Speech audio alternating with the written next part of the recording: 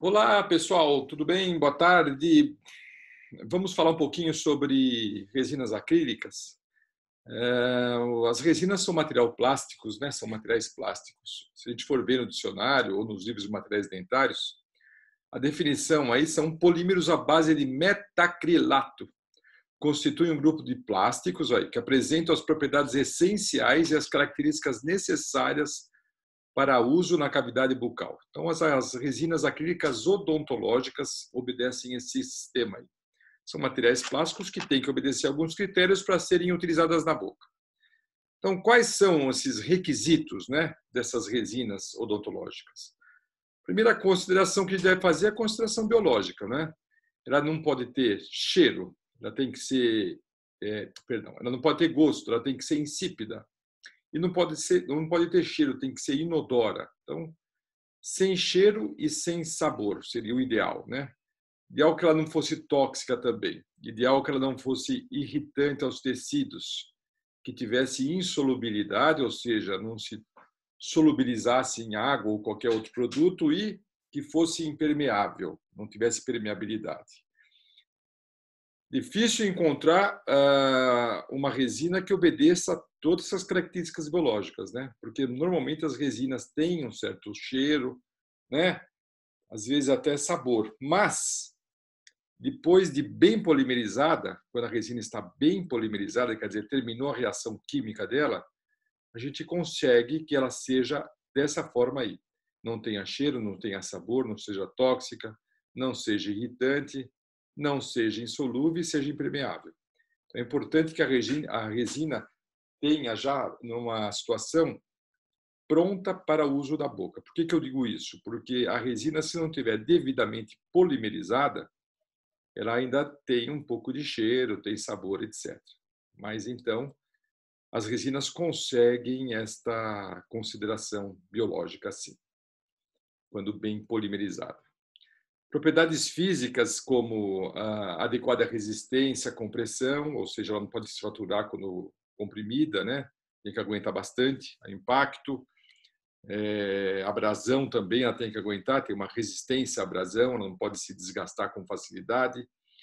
Da mesma forma, ela tem que ter uma certa resiliência. Resiliência seria semelhante à elasticidade. Resiliência é a capacidade do tecido de se deformar e voltar um pouquinho para a condição. Muitos materiais à base de plásticos têm uma resiliência.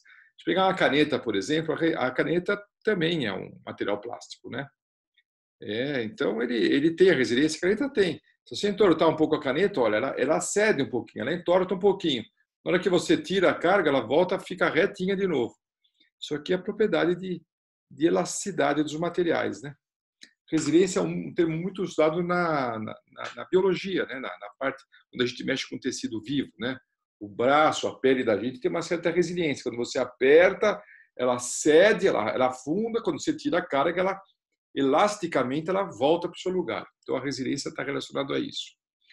Tem que ter estabilidade dimensional, ou seja, ela não pode alterar o tamanho com o passar do tempo. Se você faz uma prótese, ela tem que ficar daquele tamanho, não pode encolher nem expandir, né? Seria o ideal também, né?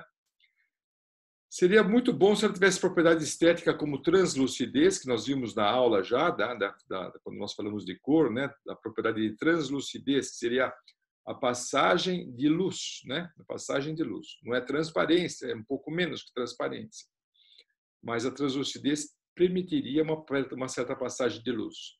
Que ela fosse passível de pintura ou pigmentação, que é muito comum nas resinas, elas terem pigmentos para poder ter cores, né? E essa resina tampa, por exemplo, aqui da caneta, olha, ela tem um pigmento vermelho. Essa aqui não, essa aqui está transparente. Tá vendo? Ela não tem pigmento, perdão. Mas a caneta tem pigmento, né?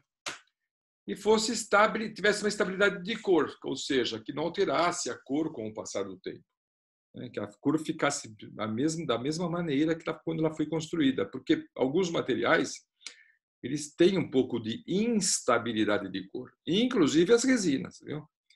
Às vezes as resinas elas acabam pigmentando, manchando, né? Pacientes que tomam muito café, Coca-Cola, né? Muitas vezes acabam ficando com as resinas pigmentadas. Então, a estabilidade de cor seria muito bom. O material que é muito bom em estabilidade de cor é a cerâmica, né? Que é a cerâmica odontológica usada para prótese.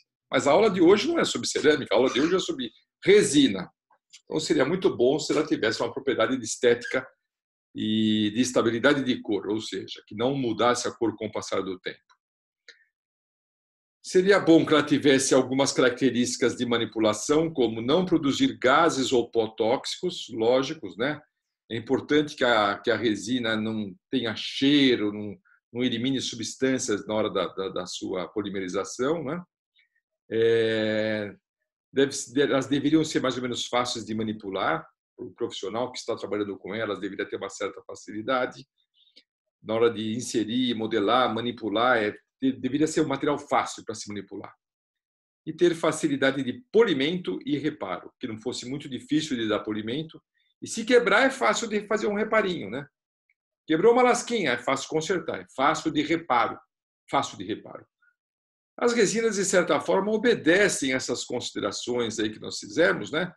Tanto na parte biológica, quanto física, quanto estética, quanto de manipulação. Elas, de certa forma, são um material muito interessante para a odontologia e muito utilizado. Por isso que as resinas, elas não caem muito de moda, não, viu?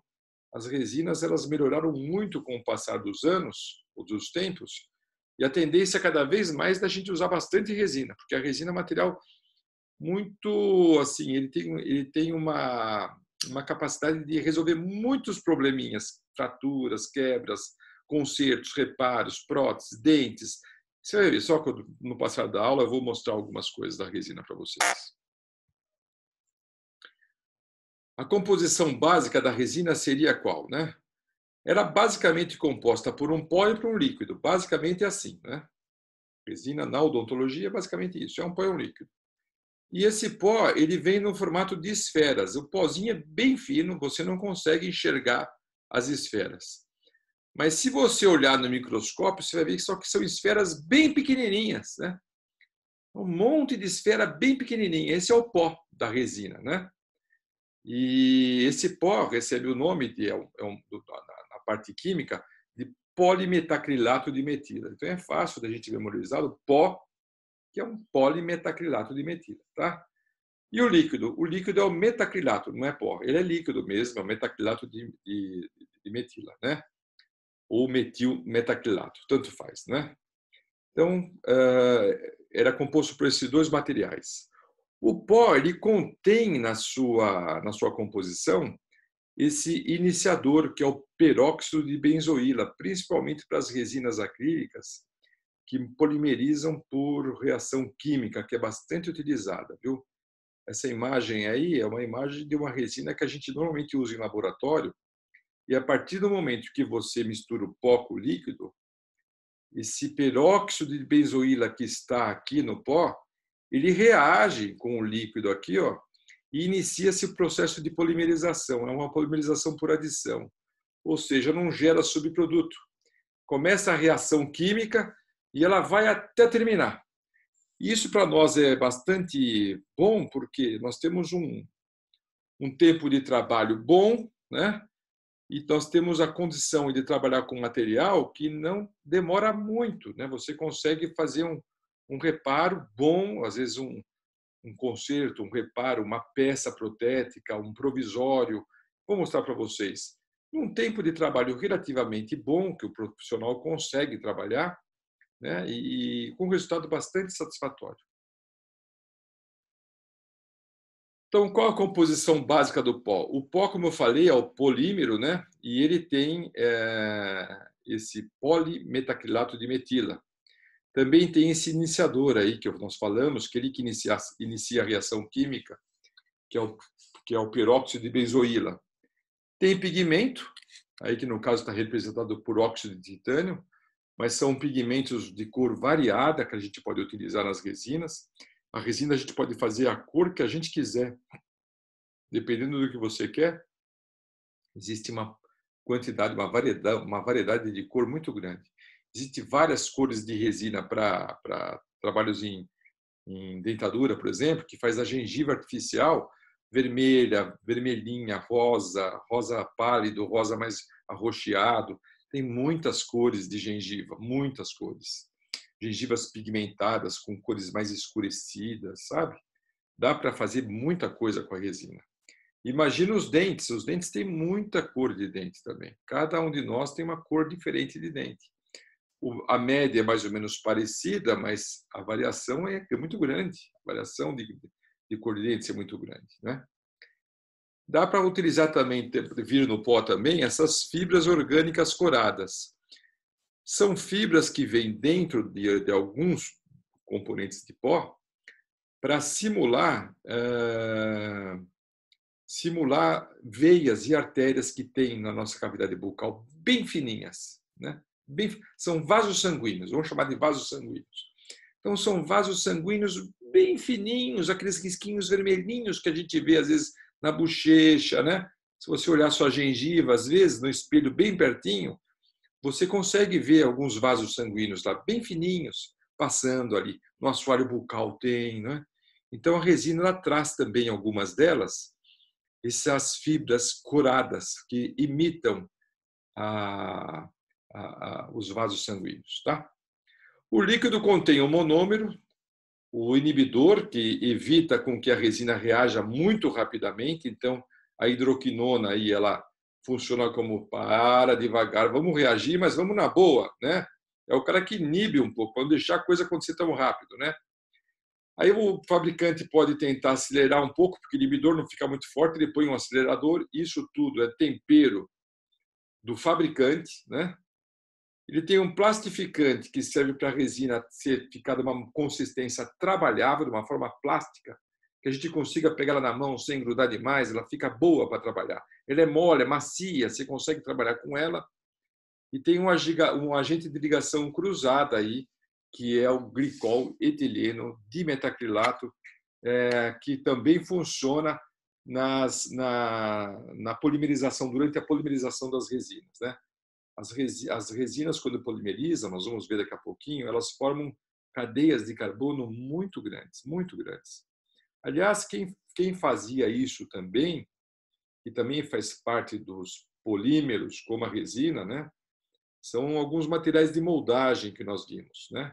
Os materiais de moldagem que nós vimos lá, a mercaptano, os silicones, né? O poliéter, nós vimos também, né? Mercaptano e polisulfeto é a mesma coisa, mas nós vimos esses materiais aí. Eles são materiais aí poliméricos, ou seja, trabalham também com cadeias de carbono e elas ficam longas também dos materiais de moldagem, assim como nas resinas. Cadeias de carbono imensas, compridas, carbono, carbono, carbono, carbono, carbono. Vai embora. Uma cadeia imensa. E de vez em quando uma cadeia passa perto da outra assim, e elas fazem uma ligaçãozinha entre elas, uma ligaçãozinha cruzada. Nos materiais de moldagem existem poucas ligações cruzadas, tanto que as cadeias elas têm com poucas ligações elas conseguem ter uma certa flexibilização. Elas conseguem, de certa forma, ficar com um aspecto mais borrachoide, porque as ligações cruzadas são pequenas. Então, elas têm essa capacidade elástica, né? Por isso que nós temos lá os elastômeros, né? Que são compostos desses materiais. Tem uma capacidade elástica, né? Elas têm essa coisa da flexibilização, elas distorcem e voltam, né? Já as resinas, o número de ligações cruzadas entre as cadeias passa a ser bem maior. Como tem muitas ligações entre as cadeias, elas não conseguem mais fazer tanto assim. Ó. Elas já não são tão flexíveis como os materiais de moldagem, né? Elas começam a se assemelhar como isso daqui. Ó. Tem flexibilidade? Tem, mas não é tão válido, não, né? Quando você pega um material de moldagem que já polimerizou, ele tem uma consistência muitas vezes mais macia, né? Agora os plásticos não. Os plásticos têm uma certa rigidez já, né? Eles são elásticos, lógico que são aqui, ó. Ó, tô entortei, ó. Voltou, eles são elásticos. Pero no mucho, né? Quem é mais elástico que eles muitas vezes são os materiais de moldagem, né? Os materiais de moldagem têm uma elasticidade muito maior. Imagina se você colocasse o material de moldagem na boca, que fosse mole, e depois que ele endurecesse, ele ficasse rígido que nem isso aqui. Ó. Isso aqui tem elasticidade, mas é bastante rígido, né? Imagina se entrasse embaixo dos dentes isso aqui, né? Para você depois tirar da boca, como é que seria o transtorno? Não sairia, seria muito difícil, né? Então, as resinas têm essa característica, elas ficam bem mais rígidas que os materiais de moldagem. Também são polímeros e ficam bem mais rígidos. A reação de polimerização, então, da resina é uma reação por adição, ou seja, não existe mudança da composição durante a polimerização, quer dizer, ela não muda a parte química dela. Não tem subproduto após a reação, isso é interessante também. Como os materiais que nós vimos lá, né? Alguns materiais que nós vimos também não tinham. Silicone de adição, poliéter, eles não tinham subprodutos. E a resina acrílica também não tem subproduto, né? Não tem. Não gera alguma coisa a mais, não gera água, não gera álcool, não gera nada disso. Ela não tem subproduto. Existe a formação de cadeias moleculares gigantes, que eu já falei para vocês, né? Quer dizer, cadeias de carbono imensas, imensas, né? E a reação é exotérmica. Nós já vimos também sobre reação exotérmica. E reação exotérmica é aquela reação que libera calor, né? O material vai endurecendo, e aí ele começa a ter uma liberação de calor. Vocês lembram qual o material que nós manipulamos no laboratório e que também apresenta uma reação exotérmica? Muito bem, quem lembrou? Gesso, muito bom. Gesso ele tem uma reação exotérmica.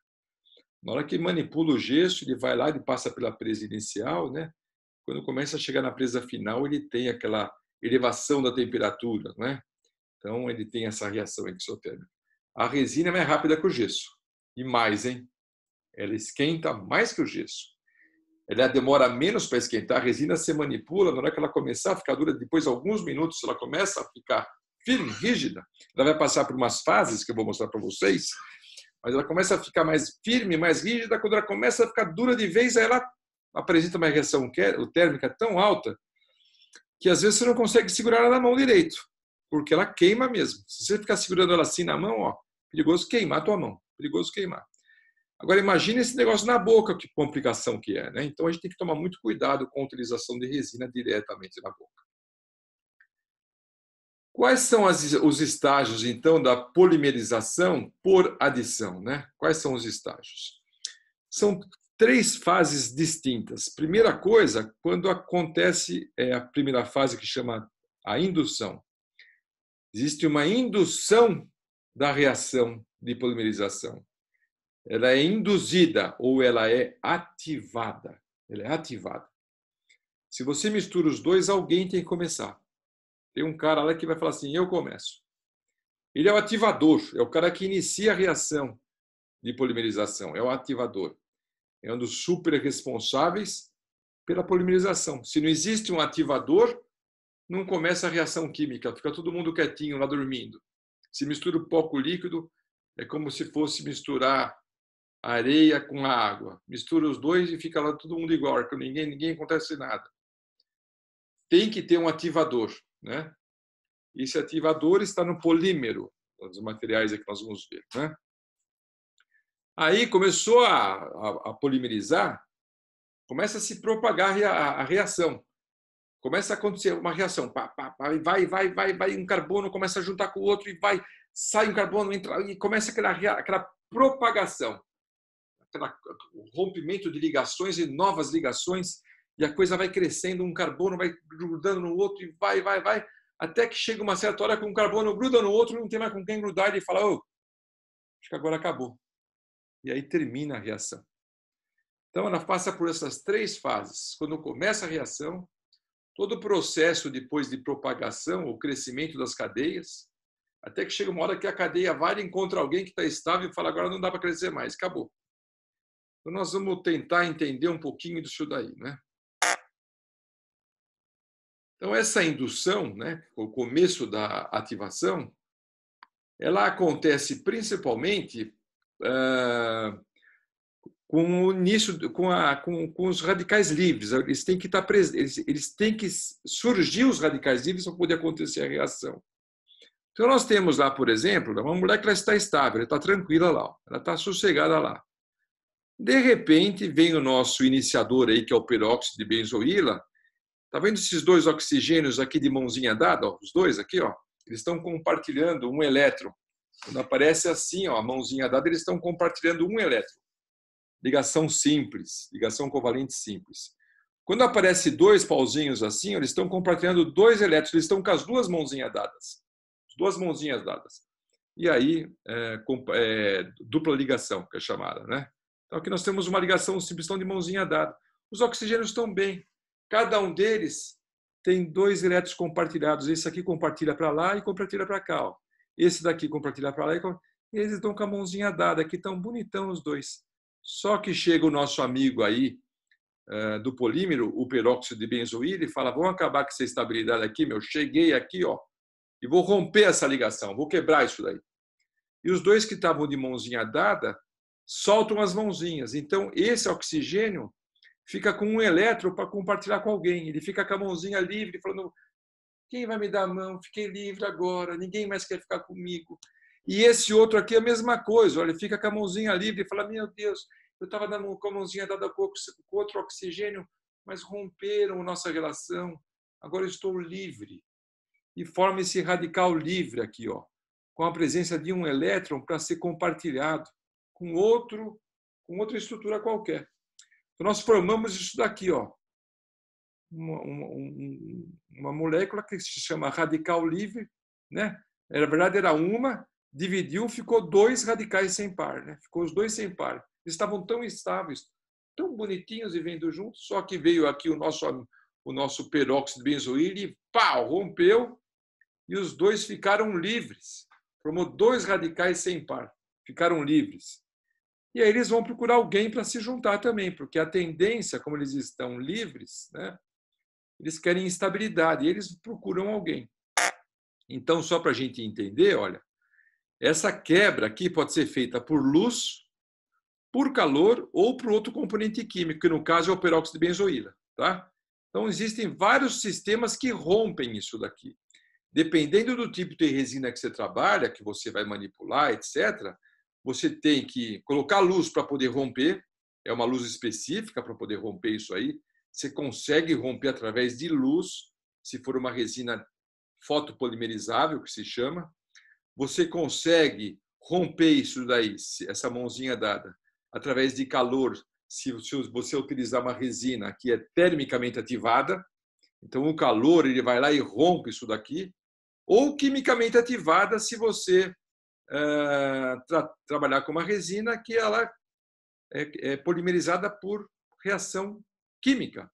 E aí, no caso aqui, o peróxido de benzoíla é o nosso cara que vai e rompe a ligação. O peróxido de benzoíla, portanto, ele trabalha também nessas reações aqui de quebra, né, como o iniciador da reação, nas resinas quimicamente ativadas. Então, tá aí, olha, tentando a gente entender esses três sistemas. Quando o rompimento é dado pelo calor, né, nós temos aí o calor é o nosso ativador. Então, ele que é o responsável pela separação dos dois oxigênios que nós vimos lá, né? E aí, o aquecimento do peróxido de benzoíla que promove isso daí. Então, o peróxido de benzoíla, para poder romper, para poder ser o separador da união, né? Ele tem necessariamente que ser aquecido, senão não consegue romper. Então, o aquecimento do peróxido de benzoíla promove esse rompimento aí. E aí inicia-se a polimerização do monômero de metacloreto de metila. Então, ele o calor é o ativador. Quem mais pode ser o ativador? Um componente químico, né? Que pode ser também o dimetil paratoluidina, né? Que também funciona como ativador. Né? Ele é o ativador, é o cara que ativa a reação e quebra também, né? Quebra o peróxido de benzoíla. Né? Então, ele quebra o dimetil, né? Ele forma, e aí o peróxido de benzoíla vai funcionar como ativador. E o terceiro é a luz. Né? A luz ela é baseada nesse princípio do fóton. O fóton é que quebra a canforoquinona que está presente na resina fotopolimerizável. As resinas fotopolimerizáveis elas são compostas de produtos químicos, e um deles é a canforoquinona. E aí, na presença de luz, a canforoquinona é quebrada, então esse fóton que está presente na luz é que faz essa quebra. E ele, então, portanto, que é o nosso ativador. Tá? Então, voltando um pouquinho ao que nós acabamos de falar, né? Nós temos uma ativação que pode ser por reação química, pelo aquecimento, por calor, né? Então, tá aí, olha, que nós havíamos acabado de falar. Então, há uma quebra aqui, ó, dessas duas moléculas de oxigênio, e o iniciador aí, no caso, pode ser quimicamente ativado, pode ser termicamente ativado, é o peróxido de benzoíla, aí, que quebra isso daí. E o oxigênio fica sem ninguém. Fica com o radical livre e vai em busca de alguém. Esse alguém que ele vai buscar, está aqui ele sozinho, olha. Ele vem aqui e fala assim, carbono, eu estou vendo que você está estável. Você já tem 4 ligações, olha, você está super estável. Porque para que os carbonos aqui tem 4 ligações, ó. Esse carbono está com esse hidrogênio, com esse e com esse carbono. Ele tem 4 ligações, 4 elétrons compartilhados aí, ó. Ele tem 4 ligações simples, está super estável. Porque para que os carbonos tenham essa característica. O oxigênio sempre está ligado a 2, né? O oxigênio sempre está ligado a 2, ó. Sempre tem 2, ó. E o carbono sempre tem 4, ó. Carbono aqui está com 4, ó. Tá vendo? Ele sempre tem 4. Então ele está, estou vendo que você está com 4 aqui, mas eu gostei muito de você. Só que você está com as duas mãozinhas dadas aqui, ó. Você está compartilhando 2 elétrons com outro carbono. Larga de ser chato. Solta uma mãozinha dele e compartilha um elétron comigo aqui, ó. Fica uma mãozinha para lá e uma mãozinha comigo, tá? Em vez de ficar com as duas mãos dadas com outro carbono, solta uma mão do outro carbono e fica com uma mão com outro carbono e uma mão comigo. Ué, não pode viver com os 2?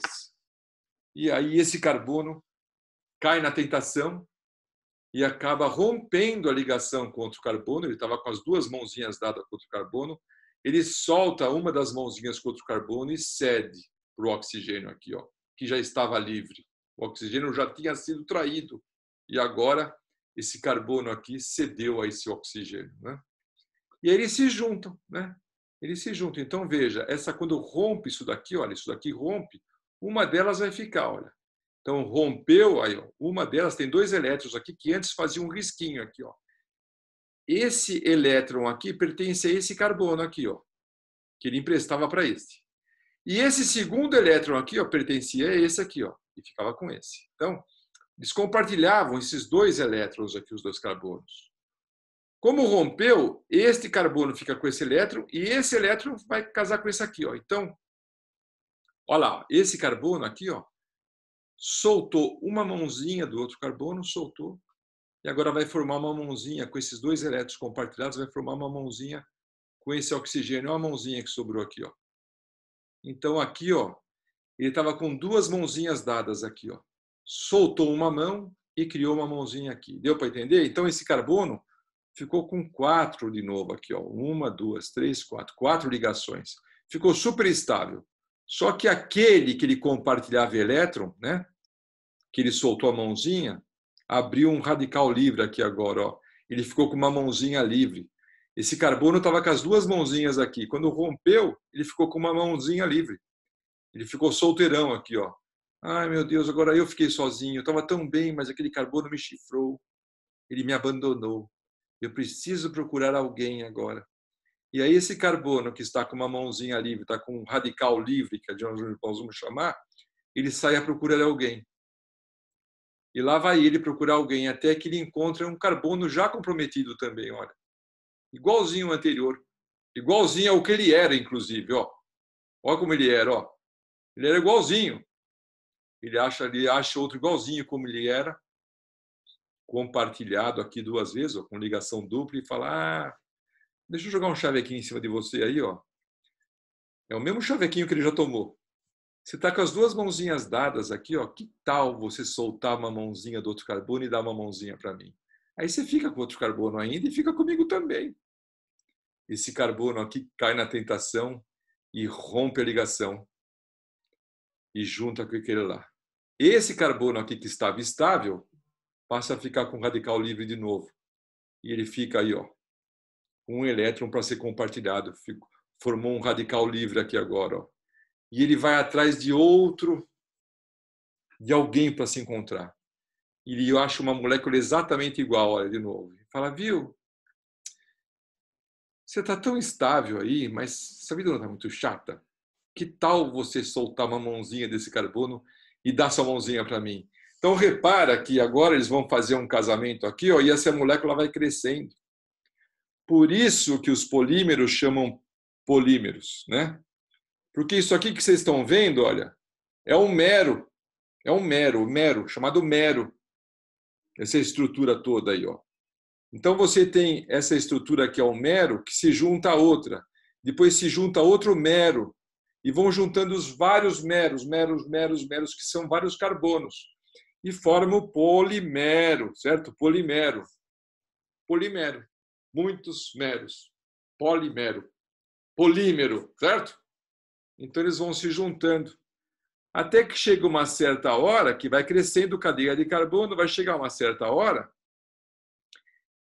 que esse carbono que estava sozinho, né, e começou toda essa cadeia, mas lá no final dele, olha aqui que nós temos aqui, ó, né, uma ligação estável, ele vai procurando e acha outro igualzinho a ele, que também estava sozinho aqui, ó, procurando alguém. Quando esse cara aqui, que já tinha feito várias ligações, encontra com esse, que já tinha sido feitas várias ligações, e eles se unem, acaba, termina a reação. E aí nós temos uma cadeia imensa de carbonos, olha, imensa, né? Com esses grupos no final de cada cadeia. Então, veja que interessante que isso aqui é só um esquema básico mostrando que existe uma fileira de vários meros e que aqui nós temos alguns meros. Mas se a gente for ver na vida real o que acontece na resina, às vezes passa de 100, 200, 300 meros que são unidos. Então, a reação de polimerização ela forma cadeias muito extensas, muito extensas. Então, nós temos as resinas que elas podem sofrer essa polimerização, essa reação, né? Ou através de uma reação química, né? Ou através de uma ativação, não vamos chamar de reação, ativação acho que é o melhor. Ela tem uma ativação química, ela pode ter uma ativação térmica, ela pode ter uma ativação por luz ou pode ter uma ativação por micro-ondas, tá? As ativadas quimicamente, que são chamadas de RAAQ, resinas acrílicas ativadas quimicamente, elas são chamadas de autopolimerizáveis porque elas polimerizam só pelo fato de eu misturar o pó com o líquido. Por isso elas são chamadas de resinas autopolimerizáveis. Misturou o pó com o líquido, não precisa de mais ninguém. Não precisa de luz, não precisa de mais nada. Só misturar o pó com o líquido, pronto, já é uma mistura autopolimerizável. Ela se autopolimeriza, né? Então, são chamadas também de autopolimerizáveis. Acontece uma reação química, por isso que a polimerização ocorre, né? Graças a essa polimerização química. Essa polimerização nunca é completa, porque sempre sobra monômero residual, restinho de líquido na reação química. Então, a reação começa a acontecer, vai formando as cadeias, só que sobra alguns monômeros lá que ficaram solteiros. Os caras falam, pô, meu Deus, não encontrei meu par. Mas esse líquido é muito volátil, Então, o que acontece com esse líquido? Ele acaba evaporando, ou vaporizando, né? Ele acaba se evaporando e aí ele vai embora, é perdido. Então, a resina, no começo, depois que você manipulou, e mesmo depois que você manipulou a resina, se você cheirar a resina, você vai sentir o cheiro do monômero ainda. São aquelas cadeias ou aquele produto químico, aquele monômero residual, que ficou lá e não casou com ninguém. Mas ele vai se evaporando. E aí, depois de algumas horas, ou eventualmente alguns dias, ela já não tem mais cheiro nenhum, porque todo o monômero residual já volatilizou, ou já evaporou, certo? A resina ela possui uma certa facilidade e praticidade, tanto que a resina ela é bastante utilizada pelos dentistas para consertar muita coisa, às vezes, né? Eu mesmo, quando meus filhos eram pequenos, acabei consertando muito brinquedinho deles, carrinho, tal, com resina. Ah, quebrou aqui um pedacinho da traseira do meu Fusquinha. Eu ficava lá e colava, lá fazia. A resina ela tem essa capacidade de ser multiuso, ela dá para usar em muita coisa, né? Eu já consertei algumas tampas, eu conheci um professor que consertou uma vez um telefone. Então o pessoal faz a miséria com a resina. A resina ela tem esse lado dela que é bastante interessante. As resinas acrílicas ativadas termicamente são polimerizadas através da energia térmica, ou seja, pelo calor, né? Então acontece a polimerização por calor, precisa esquentar, né? E aí ela tem maior formação de ligações cruzadas, ou seja, ela tendo mais ligação cruzada, formando mais cruzamento entre as cadeias perdem aquela capacidade de perde, fica duro, fica mais rígida ainda. Então, as resinas ativadas termicamente, elas têm uma característica mais rígida, menos elástica que as demais, porque aumenta o número de ligações cruzadas entre as cadeias. Você tem várias cadeias de carbono em cima, várias cadeias de carbono embaixo, e de vez em quando elas se cruzam, e elas fazem ligações entre elas. Quanto maior o número de ligações, mais rígido o material fica, né? Melhores polimerização, resistência mecânica e estética. Tá vendo? A resina termicamente ativada tem isso como vantagem também.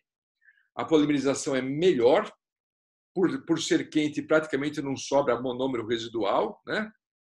Não sobra. Se você deixar ela bastante tempo aquecida, o monômero inexiste, ele vai todo embora, não fica monômero residual.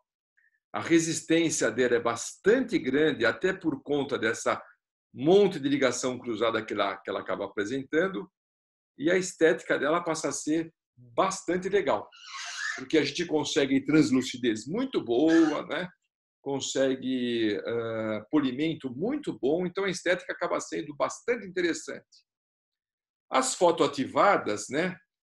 Elas acontecem, a polimerização, o princípio de ativação vem da luz, e particularmente a luz ultravioleta que é feita para isso. Então, vocês já viram os dentistas fazerem aquelas restaurações com aquela luz ultravioleta, que é aquela luz meio azul, não é? Aquilo lá é uma ativação, sim, de uma resina, através daquele fóton que é o ativador que eu falei para vocês, ele que rompe, né? Ele que rompe aquelas ligações dos oxigênios e, portanto, ele que é o iniciador da reação. Então, a polimerização com luz é muito utilizada. Pode ser utilizada também com as resinas acrílicas convencionais, que é a aula de hoje. Nós não estamos falando de materiais restauradores aqui. Nós estamos falando de outros recursos com resina que não sejam restauração. A resina para restauração, ela não é simplesmente acrílica, não é?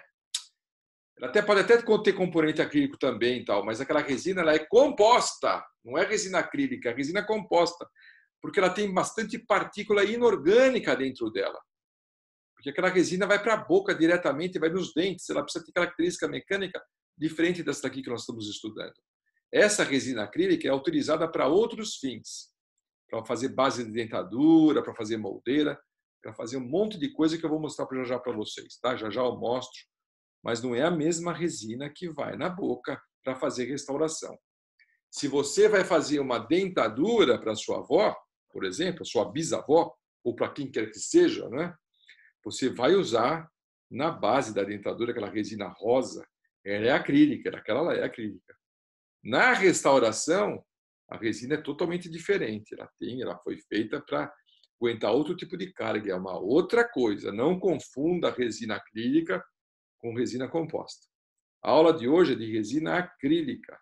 Nós estamos trabalhando com materiais que são usados não para restauração, mas para moldeira, para dentadura, para prótese removível, para até confecção de olho, se quiser, faz aquilo lá também, aqueles olhos de plástico. Dá para fazer também, não é? Então, é essa resina acrílica que nós estamos falando, né? E essa resina acrílica foto não se utiliza, quando o laboratório faz, a mufla convencional que está aqui. Ó. Mufla é um aparelho, é isso aqui ó, que vocês estão vendo aqui. Ó. É uma estrutura de metal em que é colocado o gesso aí, e a resina é colocada dentro disso, ela é prensada no gesso, dentro de um molde que é feito. Né? E ela vai para a água quente dentro dessa mufla. Ela vai prensada dentro da mufla. Porque a resina ela se contrai muito e a mufla consegue minimizar esse problema, né? Então ela fica com menos capacidade de bolha de ar, ela fica prensada, portanto ela fica mais resistente, né?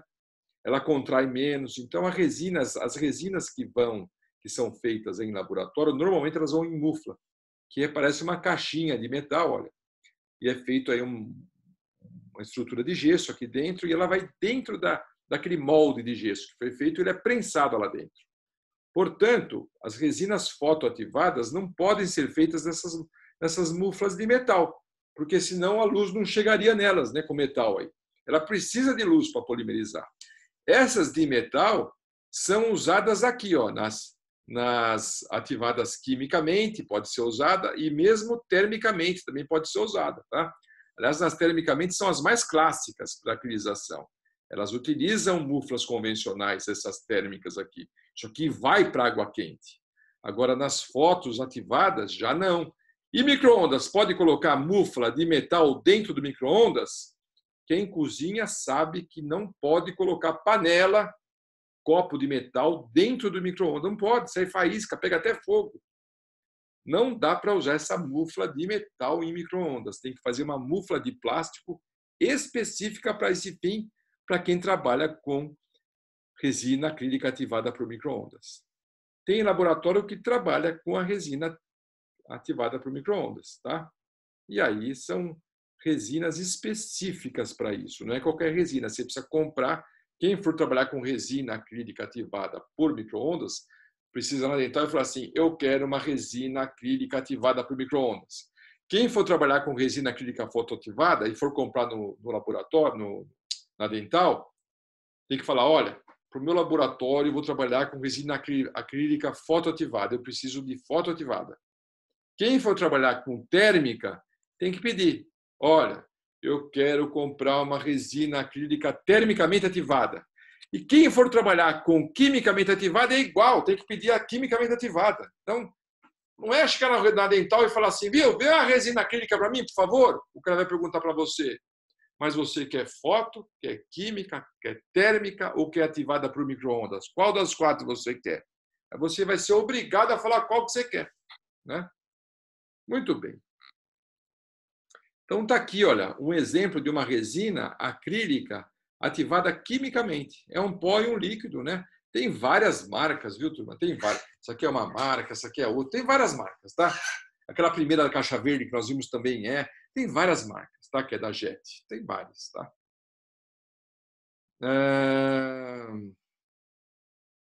Acho que eu voltei aqui.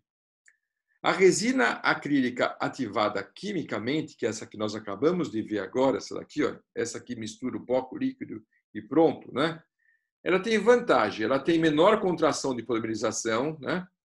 Menor tempo de trabalho, quer dizer, você não precisa ficar muito tempo esperando, porque misturou o pó com o líquido, fique esperto que você tem um tempo de trabalho aí para poder fazer e depois ela vai endurecer. E ela é relativamente fácil e prática de se trabalhar, né? Dá para trabalhar bem com ela. Você tem um tempo bom, ela é manipulável, dá para você trabalhar bem com ela. A gente faz muita coisa com resina. Agora, a desvantagem da quimicamente ativada é que, de fato, ela muitas vezes tem esse monômero residual, então, depois que você manipulou, sobra líquido lá que não reagiu. E esse líquido evapora e, às vezes, o paciente sente um cheiro daquele líquido lá. Ela pode ser irritante, né, para os tecidos. Portanto, ela, por ser irritante, por que ela é irritante? Principalmente por causa do monômero residual. Sobra aquele restinho de resina lá que não evaporou, põe na boca, aquele restinho fica evaporando, e em contato com a fibromucosa, o paciente fala: pô, uma sensação de ardência, sensação de queimação, um desconforto, pode acontecer, né? Ela tem menor estabilidade de cor, essa resina ativada quimicamente, tanto que quando a gente trabalha com ela, a gente trabalha muitas vezes com próteses provisórias, né? Porque são materiais, é um recurso que a gente tem que é muito prático, mas não tem muita durabilidade. Por quê? Porque ela tem menos resistência e maior porosidade. Ela não é tão resistente. Pior, tem poro, ela no final fica porosa. Ah, mas eu dei polimento. Eu sei que você deu polimento. Mas com o passar do tempo, escova, vai na boca e come e tal, ela vai ganhando porosidade, ela vai ficando ruim. Por isso que ela, às vezes ela pigmenta até. Ela fica manchada na boca. Então, a resina acrílica ativada quimicamente, ou quimicamente ativada, que é a mesma coisa, ela tem vantagem, mas ela tem desvantagem. Então, por isso mesmo, ela é usada para algumas coisas que você não quer tanta longevidade, é uma coisa que você vai usar de uma maneira mais rápida, você vai fazer uma moldeira, você vai fazer uma base de prova, você vai fazer lá um dente provisório, é uma boa indicação a quimicamente ativada, certo? Vou mostrar para vocês alguns exemplos aí. A termicamente ativada, olha, é parecida com a anterior, só que essa daí ela só vai polimerizar com o calor. Tem que aquecer. Você tem que aquecer. Senão ela não aquece, né?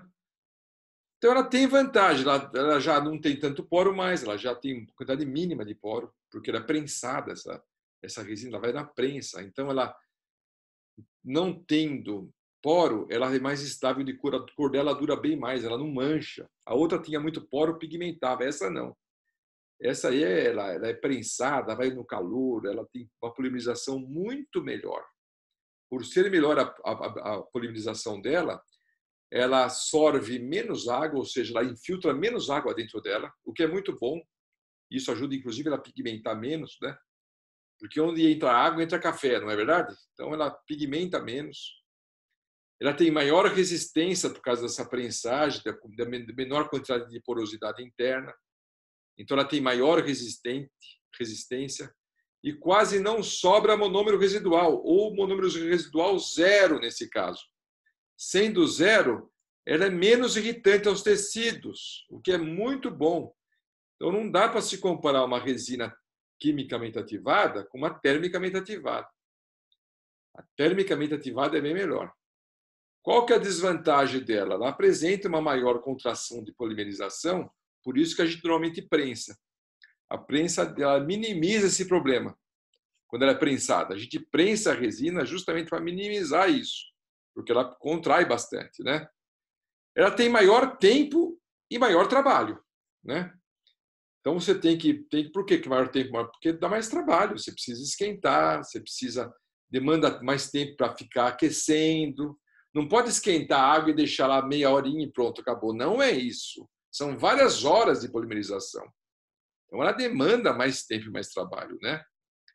Então, portanto, ela não é tão fácil e tão prática como a anterior. A anterior se mistura um pouco líquido, segura na mão de Deus e vai, meu. Uma beleza.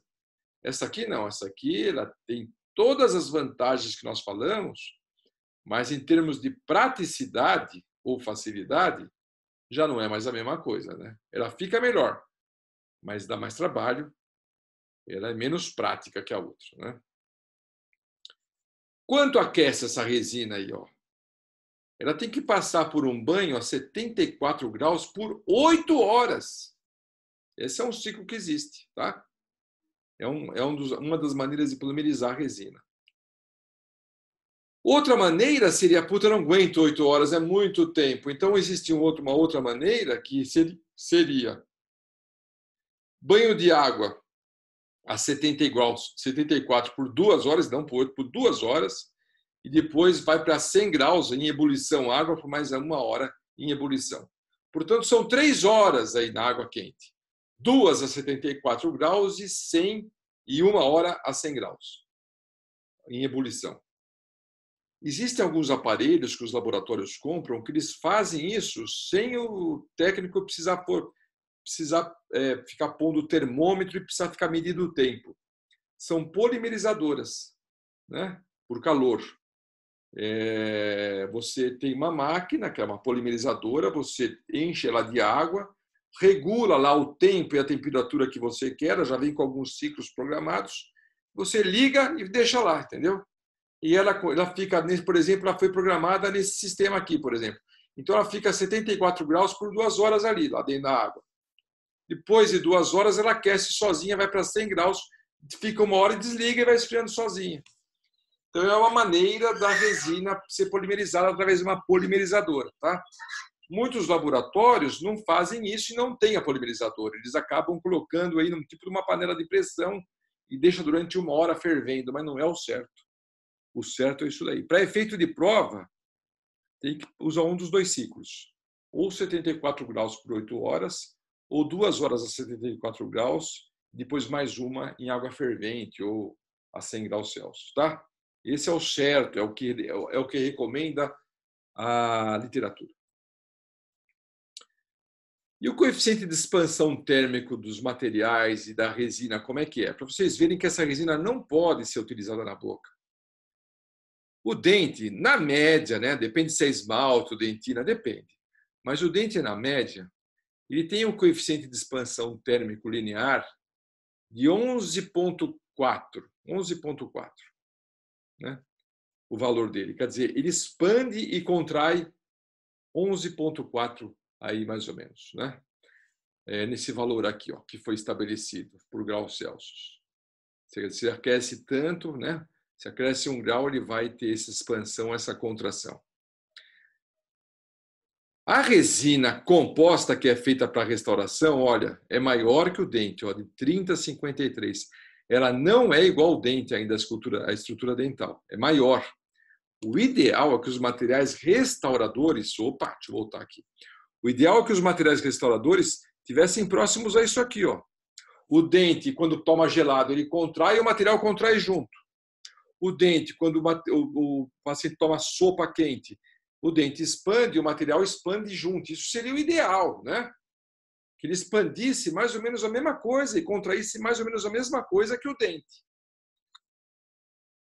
A resina composta, ela expande e contrai bem mais que o dente, ó.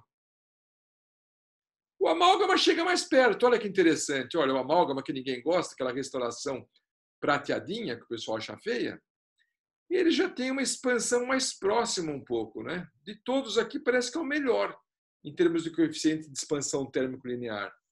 Agora, olha a resina acrílica que nós estamos vendo, o que ela expande com o calor e com o frio. Dá uma olhada, perto do dente. Olha. Dá quase que para arriscar que seria aí 8 vezes, 7 vezes mais que o dente. Enquanto o dente expande X, ela expande 7 a 8x. Meu Deus do céu! É muita expansão e é muita contração também.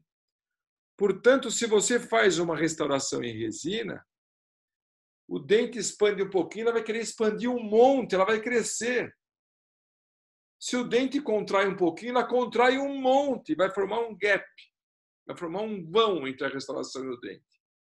Por isso que a resina acrílica não é indicada para fazer restauração. Tá? Não é indicada. A resina composta que tem indicação para isso, e mesmo assim ela ainda não está muito próximo do dente. Mas os estudos estão cada vez mais aproximando este número desse, com os novos materiais que estão surgindo. Então as resinas melhoraram muito, as resinas compostas dos últimos 20 anos para cá. Melhoraram muito. E vão melhorar ainda mais, porque a tendência é a gente tentar se aproximar disso daqui. As resinas fotopolimerizáveis, veja que ela vem dentro de um tubo escuro, um tubo preto, né? Não é por acaso, né? É para justamente a luz não entrar dentro do vidro também, ó, né? Não entrar dentro do vidro. Porque se entrar, inicia-se o processo de polimerização. Então, ela não pode ter muito contato com luz, né? Principalmente a luz ultravioleta. As resinas por micro-ondas, todas elas são mais ou menos parecidas, tá vendo? Só que essa aqui só vai polimerizar quando colocar ela no micro-ondas. Tem que misturar o pó com o líquido. Se você ficar olhando, ela fica mole, não endurece. Não adianta. Ah, mas se eu pegar essa resina do micro-ondas e colocar na água quente, ela não endurece, ela foi feita para polimerizar com micro-ondas. Então você tem que pôr ela no micro-ondas, o fabricante já fala o tempo, a potência do aparelho, etc. E você polimerizar ela com micro-ondas. Como é que é feita a manipulação dessa resina? Normalmente é 3:1, tá? Normalmente, né? Então, se for misturar o polímero ao monômero, é 3 para pó e 1 para líquido. Mais ou menos essa proporção. E aí você pode usar esse vidro que vocês compraram, que é chamado Paladon, né? É um pote de vidro com tampa, ou utilizar eventualmente os potes DAPs. Você também pode misturar resina dentro de um pote DAPIN, que também é de vidro, tá? Tanto faz aí o lugar que você vai misturar. Quais são as fases de polimerização da resina? A resina, quando ela polimeriza, ela passa por 5 fases. Quando você mistura, que você está umedecendo, ela fica como se fosse uma areia mesmo numa água. Ela fica meio arenosa. Ela fica, se mexe com a espátula, você sente que ela está semelhante a uma areia. Passou um tempinho, ela começa a ficar pegajosa, ou seja, ela começa a grudar. Se você pegar ela na mão, ela gruda demais. E ela forma essas fibrilas. O que são essas fibrilas? São fiozinhos bem fininhos, esses retículos. Formam fiozinhos bem fininhos. Você estica ela assim, você vê que ela está formando aqueles fios no meio dela, essas fibrilas. Ela entra nessa fase pegajosa, que gruda demais. Passada essa fase, ela entra numa fase boa para se trabalhar, que é a fase plástica.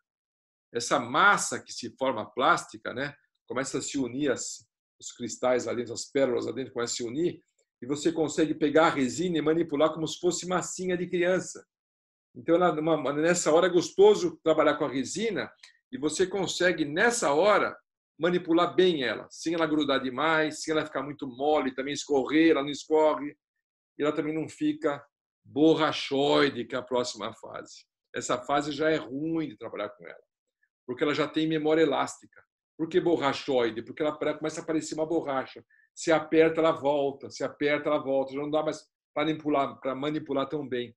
Ela fica um pouco borrachoide. Não volta totalmente, mas ela fica com aquela memória.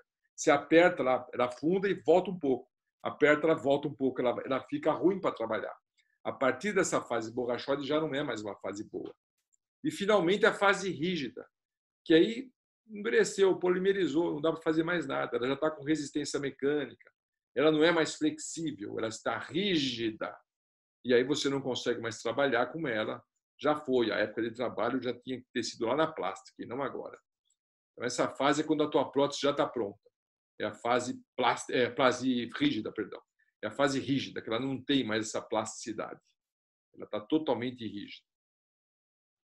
Então, está aqui mostrando a fase arenosa. Você pegou o pó com o líquido, aqui é uma resina rosa que foi usada, misturou o líquido no pó, mexeu e ficou assim. Está aqui, ó, fica mais ou menos assim. Ó, tá? Então, essa daí, ó, o material acabou de ser manipulado, ele parece um pouco de areia, sabe? Lembra areia porque são os grãozinhos lá dentro do líquido, então chama de fase arenosa. As partículas estão todas lá dentro, no meio daquele líquido. Então, a fase arenosa. Ela não forma fio, ela fica totalmente não manipulável aí. Ela começa a querer tomar um corpo e entra na fase pegajosa ou fibrilar. Essa fase, olha, interessante a gente sempre deixar o pó. A resina ela tem que polimerizar com a tampa fechada, porque vai evaporando o monômero aqui, ó, e esse pó satura o monômero aqui dentro. Então, ela não fica perdendo muito monômero para o meio. É melhor que o monômero fique aqui, ó, retido lá dentro, para não perder muito monômero. Senão evapora e aí o monômero vai todo embora e falta produto para reagir no final. Então segura o monômero aí, deixa ele aí, não deixa ele evaporar. Agora não é hora do monômero evaporar, agora não é hora. Ele só vai evaporar depois que houve toda a reação, ficou aquele monômero residual lá que não reagiu com ninguém, e aí ele pode ir embora, aí pode evaporar, aí vai embora, tá? Então, nessa fase que ela está polimerizando, é bom a gente segurar o monômero. Portanto, o pote de vidro deve estar fechado. Se você trabalhar com DAPIN, por exemplo, nessa hora, você pode no DAPIN também, ó, com DAPIN, você pode até colocar uma tampinha em cima do DAPIN também, se você for misturar os líquidos aqui dentro, pó com líquido. Não é o caso aqui, aqui colocou, molhou o pincel e pegou um pouquinho do pó. É uma técnica de mexer com resina, de molhar o pincel e tocar no pó e fazer essa estrutura aqui, assim, essa pérola aqui, ó, de resina, é uma maneira. Mas quem não trabalha com essa maneira e quiser misturar o líquido com o pó, é interessante também fechar. Põe uma tampinha em cima do pote, do DAPIN, para fechar ele, não é? E aí fechou o pote, e aí você vai ver a resina, olha como ela forma fio. Ó. Você encostou a espátula na resina, olha o fio aqui, ó, formando. Olha. Mais visível aqui ainda, ó. Ela ainda está meio grudenta, tá? Ela está um pouco, ela está pegajosa, está grudando na mão ainda e forma esses fios. essa hora ainda não é a melhor hora para se manipular a resina, ainda não. Tá? Às vezes compensa deixar o pote mal um pouquinho fechado para você mexer agora na fase plástica. Agora é uma fase boa para trabalhar com a resina, em que ela está plástica, você consegue amassar, deformar, e ela não tem memória elástica ainda, ela amassa e fica. Então você pode preencher lá uma prótese que você esteja fazendo, qualquer coisa, nessa fase. Essa fase é bastante interessante de se trabalhar com a resina. Então, olha aqui, ó. Nessa fase ocorre a união das pérolas de resina, formando uma massa plástica com o material. Essa fase é ideal para se trabalhar com o material e conformar o que se deseja executar. Tá? Então, é uma fase que ela não tem memória elástica ainda e também não está grudando mais. Você consegue segurar ela na boa e ela não... Se você fizer assim, ela pode quebrar, mas não tem aqueles fios no meio mais. Né? É a fase plástica.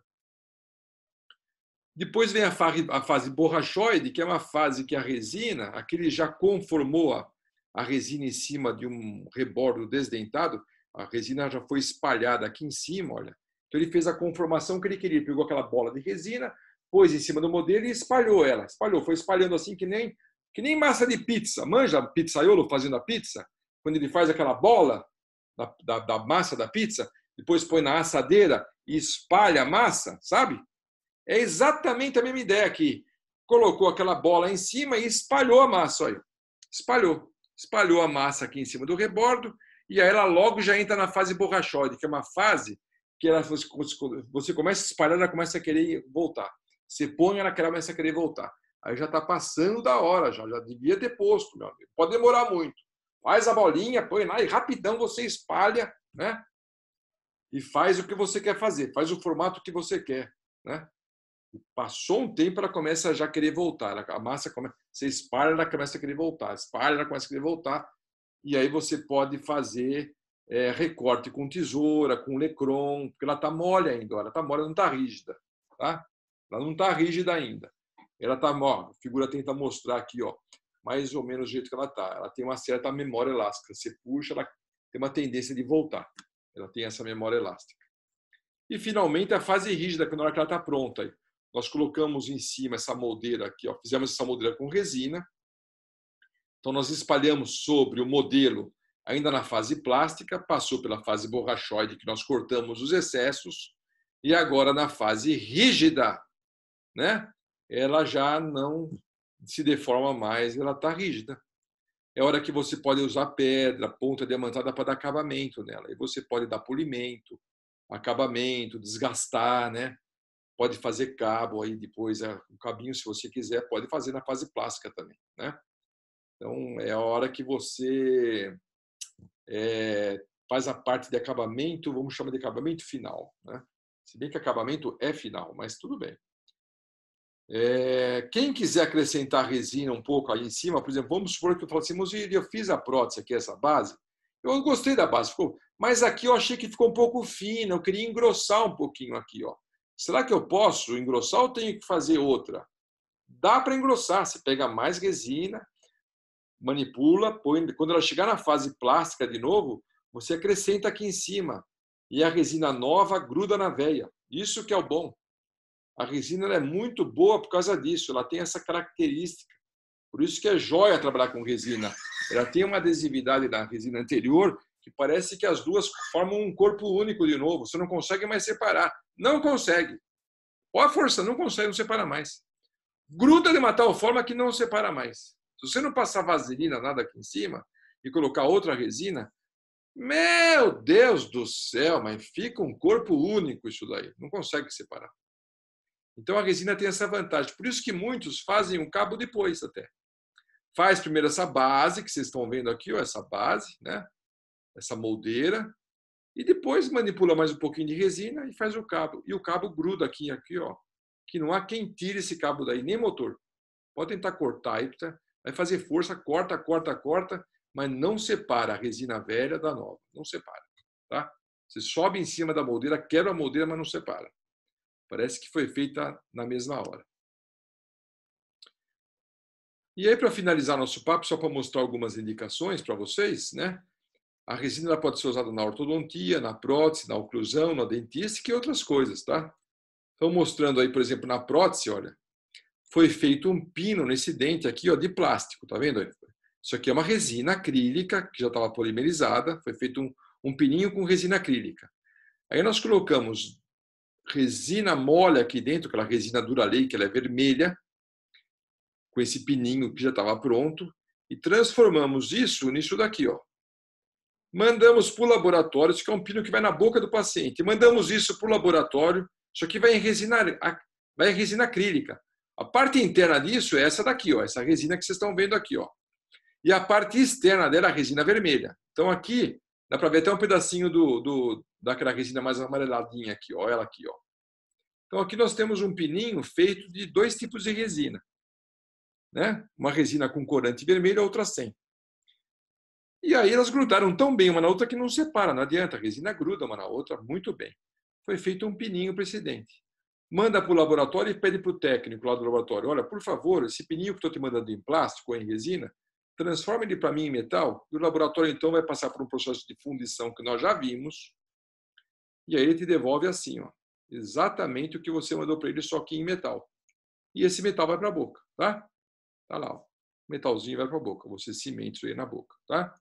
É feita também para fazer alguns tipos de moldagem com casquete também, tá? Isso aqui foi feito com resina, esses casquetinhos que vocês estão vendo aqui, ó. Mais para frente nós vamos falar bastante isso quando vocês estiverem na prótese fixa. É feita para fazer moldeira individual. Esse paciente que precisava moldar, um caso que tinha uma depressão na gengiva muito grande aqui, ó. E aí nós optamos por fazer uma moldeira de plástico para o paciente, uma moldeira de resina, tá vendo aí? E moldar com essa moldeira de resina. Essa moldeira tem um grau de transparência muito bom, tá vendo? Ela foi feita em laboratório com resina termicamente ativada, mas podia ser química também, tá? É uma moldeira feita em resina. Você vê mais uma utilização da resina. Quando for limpar uma prótese ou uma resina, uma dentadura que o paciente use, que também é indicado fazer dentadura com resina, né? Você pode pedir para o paciente usar escova de dente macia, com sabão neutro ou com creme dental não abrasivo, quer dizer, aqueles cremes dentais que não possuem aquela areinha dentro dele, aquele componente abrasivo, aquele adstringente dentro lá que ele às vezes, alguns cremes dentais apresentam, você mastiga o creme dental, você percebe uma areia dentro dele. Então é legal não utilizar creme dental com esse tipo de abrasivo. E, eventualmente, você pode desinfetar também com hipoclorito, né, de sódio a 1%, a 10%, né, pode ser diluído em água a 10%, ou pastilhas efervescentes que existem no mercado. Essa Corega Tabs é um exemplo, né? Você põe lá durante 5 minutos com água aquecida e você deixa lá dentro da água para dar uma desinfetada, para às vezes elas até causam um pequeno efeito clareador ou removedor de manchas, muitas vezes. Não é que clareia, mas remove mancha, né? Então está aqui eu mostrando, olha, a resina acrílica para prótese parcial removível, que nós falamos para vocês, olha. Isso aqui que vocês estão vendo, naquele caso que nós mostramos na moldeira, que nós fizemos na moldeira, é o mesmo caso. O paciente tem uma depressão grande aqui, olha, mostrando mais uma vez, ó, é o mesmo caso. O paciente tem uma depressão gengival aqui muito grande, tá vendo? Tinha um cisto aí no passado, foi removido o cisto e ficou essa depressão óssea nessa região. Então a prótese dela vai ter que compensar essa depressão. Isso foi feito através da resina. Então esses dentes que vocês estão vendo aqui são dentes de resina acrílica, esses dentes. Esse é natural dela, olha, esse aqui é natural. Esse já é de resina, né? Resina, resina, resina. E aqui, olha, a gengiva de resina. Lembra que eu falei que a gengiva de resina pode ter uns fiozinhos que lembram os vasos sanguíneos? Ó, esse aqui é vaso sanguíneo natural da paciente, tá vendo aqui, ó? O vasinho sanguíneo, olha. Aqui dá para ver um pouco também, vaso sanguíneo. Isso aqui é natural dela, ela tem isso aí na gengiva. E aqui é a prótese dela, que foi feita com esses vasinhos aqui, ó. Consegue enxergar? Bem delicado aqui, olha. São vasinhos que podem vir na resina já, né? Então, aqui dá para ver um pouquinho dos vasinhos. Então, repara que a resina ela tem, inclusive, a borda transparente. Ela começa na cor da gengiva, olha. Você consegue, inclusive, copiar bem. Repara que a gengiva natural dela é branca perto dos dentes aqui, é mais claro, né? É mais clara, é um rosa pálido. E para cá fica mais vermelha, né? Que é a mucosa. Aqui foi tentado copiar um pouco isso, tá vendo? Então a resina ela permite você fazer várias pigmentações, né? Aqui um provisório feito com resina acrílica, né? Quimicamente ativada. Tinha um pino com núcleo lá, não, um dente com núcleo. Então foi feito um dente de resina, foi reembasado, foi enchido, olha lá. Foi feito com a resina. Aqui está o excesso de resina.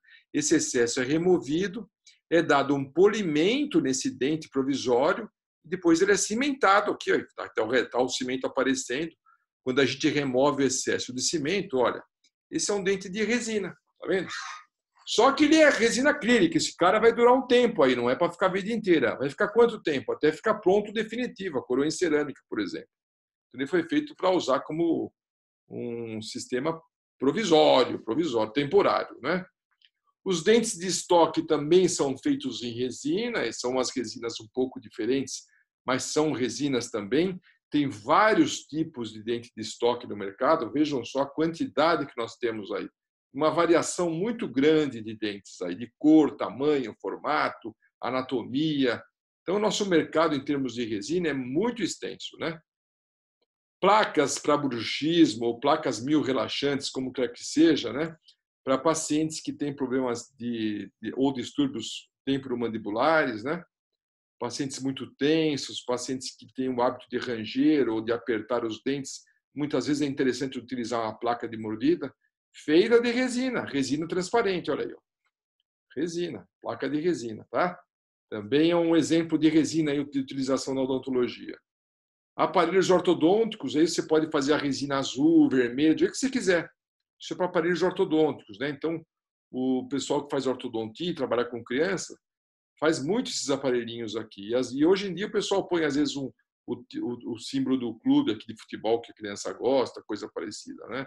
Então, dá para fazer muita coisa, né? Mas tudo isso é feito com resina acrílica. Para fazer reparo é um material maravilhoso, olha. Você tem uma dentadura lá que foi feita com resina acrílica. Se quebrou, você pode ir lá e fazer um conserto, um reparo. Se trincou, você consegue reparar aquela trinca. O dente, às vezes, quebra um pedacinho, você consegue reparar. Dá para reparar. A resina é um material muito bom para você fazer consertos e reparos. Para protocolos de implantes, né? Não só para dentaduras, mas para próteses implanto-suportadas. Então, são próteses que têm implante embaixo. Os dentes, a gengiva dessas próteses são feitas de resina. Agora eu pergunto, você está entendendo como a resina é utilizada na odontologia? É brincadeira, viu? Chega aí até isso aqui, ó. Isso aqui é trabalho de dentista, por incrível que pareça. O bucomaxilo que faz isso daí. Pacientes que perderam muitas vezes a órbita, né, o globo ocular, é feita uma prótese para o paciente utilizar, que está aqui, ó, por dentista. Essa prótese é feita por dentista. Então, quem fala para mim que odontologia não é arte, eu digo que está viajando, porque odontologia é ciência e é arte também. Isso que faz dela uma profissão muito gostosa, né? Olha uma obra de arte que fala de arte, é feita em resina, tá bom, turma? As duas aí foi tudo feito em resina, isso daí, tá? Então, você vê como a resina tem essa possibilidade de fazer várias coisas, vários objetos, várias próteses, né? Vários trabalhos, né? com resina, né? Muita coisa na odontologia é feita com resina. Eu espero que vocês tenham entendido bem, né? Resina, né? Aqui tem a parte de metal, ó. Mas isso aqui é resina, ó. Isso aqui é resina, ó. E essa prótese que é removível, aqui, ó, vou remover ela daí, ó. Ela tem metal, mas ela também tem resina, ó. A resina dela aqui, ó. Dentes e gengiva. A gengiva está meio transparente até, ó. Não é transparente, certo, dentro uma. Qual o nome disso aqui, ó? Dá para ver meu dedo lá atrás, ó. Translucidez, certo? Ela é translúcida. Ó que legal. Maior exemplo de translúcida que nós demos aí, ó. Você vê que não é só teoria, não, hein? É prática. Grande abraço para vocês aí. Fiquem com Deus.